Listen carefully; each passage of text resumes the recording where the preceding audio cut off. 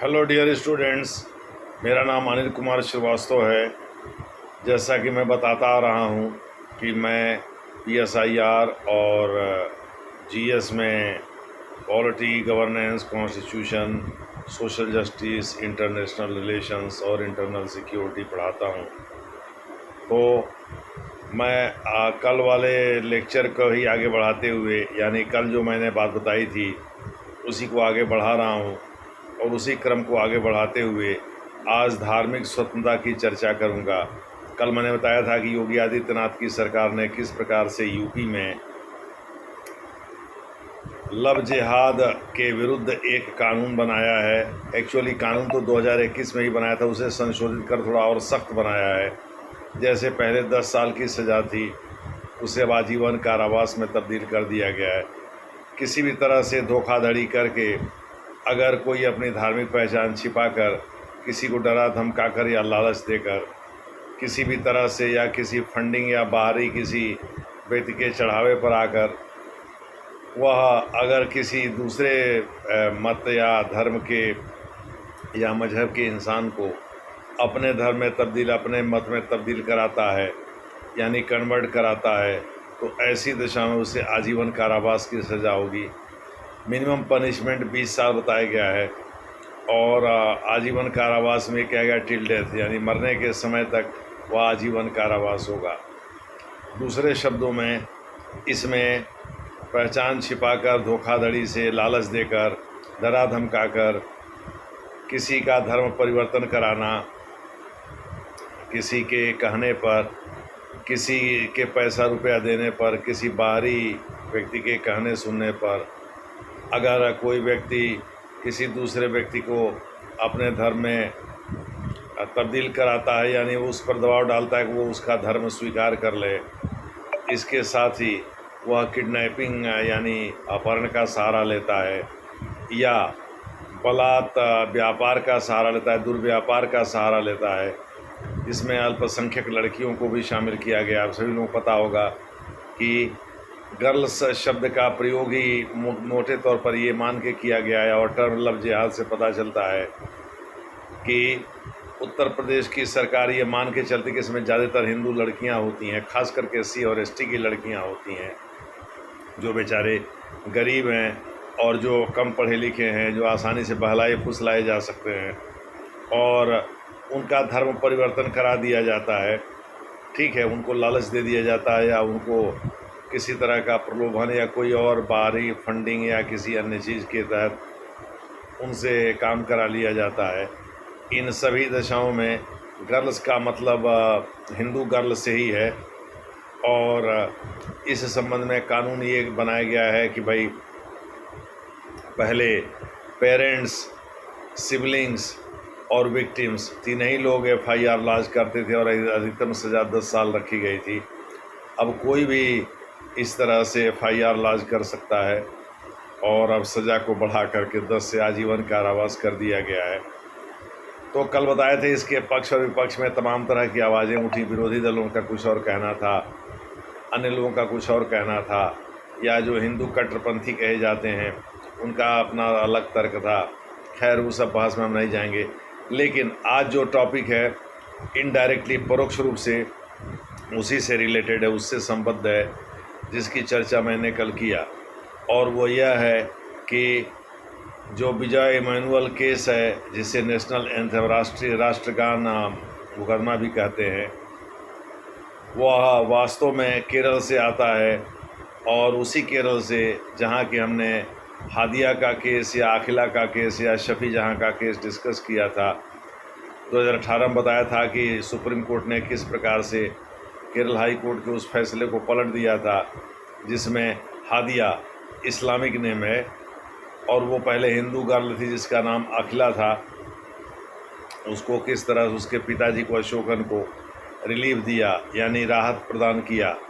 हालांकि supreme court ने बाद में शफी जहां, जिससे कि उस हिंदू गर्ल ने इस्लाम ग्रहण करने के बाद शादी किया था, जो गल्फ़ कंट्री के किसी देश में काम करता था, गल्फ़ कंट्रीज़ में ही कहीं काम करता था, तो उससे शादी करने के बाद हादिया ने ये मान लिया था कि भाई अब वो इस्लाम में ही रहेगी, जबकि उसके पिता और माता इसका विरोध कर रहे थे।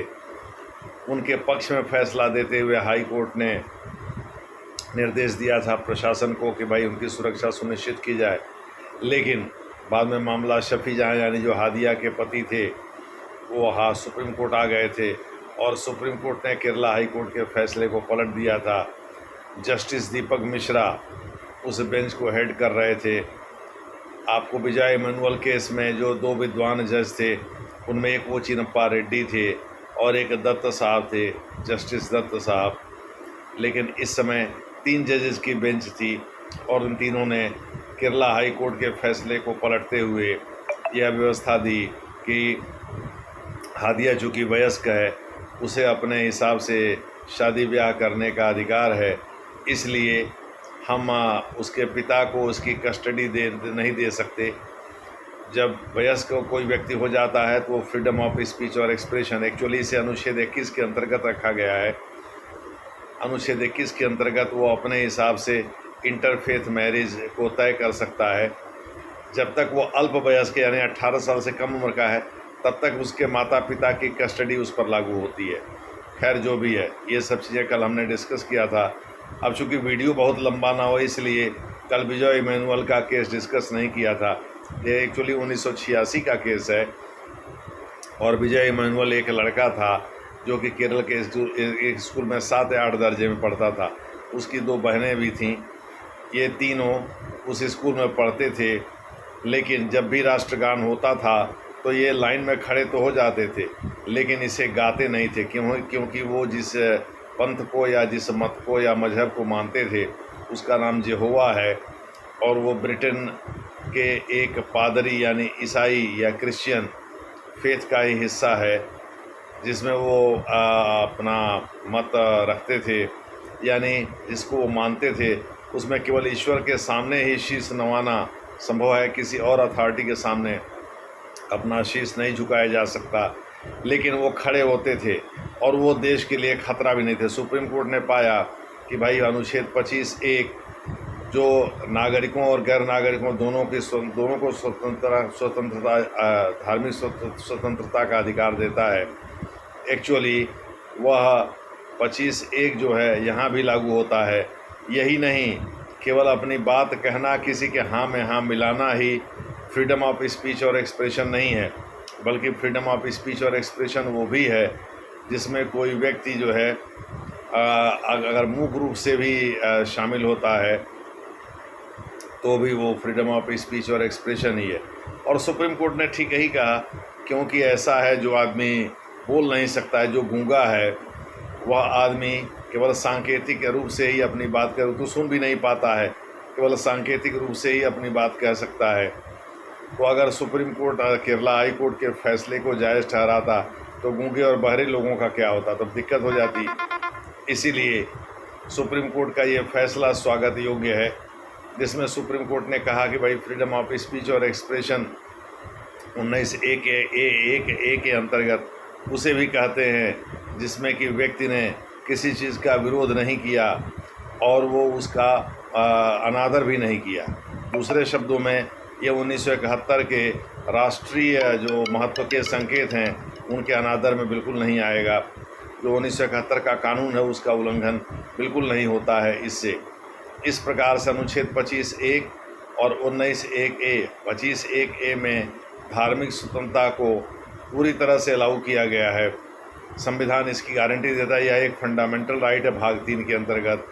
इसमें पब्लिक ऑर्डर, मॉरलिटी और हेल्थ यानी लोक व्यवस्था, नैतिकता और स्वास्थ्य की शर्तों के अधीन यदि अपने धर्म पर कोई कायम रहता, अपने धर्म के अनुसार काम करता है, तो ऐसे में उसे बुरा नहीं माना जाएगा। चूँकि इन 3 बच्चों ने देश के लिए कोई ख़तरा भी पैदा नहीं किया और कहीं ऐसा भी नहीं कि उनसे कोई ख़तरा है, तो ऐसी स्थिति में उन्होंने 25(1) का पूरी तरह से पालन किया है।